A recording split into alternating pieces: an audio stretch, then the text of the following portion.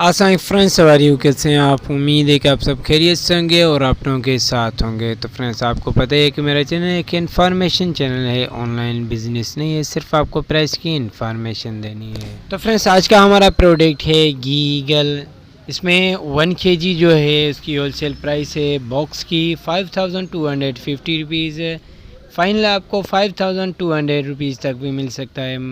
और इसके बाद हमारे पास 250 ग्राम है पाव है जो 4000 रुपीज़ में आपको मिलेगा, जिसमें 48 पीसीज होते हैं, 48 पीसीज है। उसके बाद हमारे पास 100 ग्राम है 100 ग्राम। इसके बॉक्स की प्राइस है 2100 रुपीज़, 2100 रुपये, जिसमें 60 पीसीज होते हैं, पाउच होते हैं। उसके बाद हमारे पास है ऑयल ईगल है जिसकी इस वक्त प्राइस है 1850 रुपीज़, आपको 1850 रुपये में मिल सकता है, जिसमें 5 पाउच होते हैं। उसके बाद पाक ऑयल है जिससे 1800 रुपीज़ तक आपको मिल सकता है। मज़ीद वीडियो देखने के लिए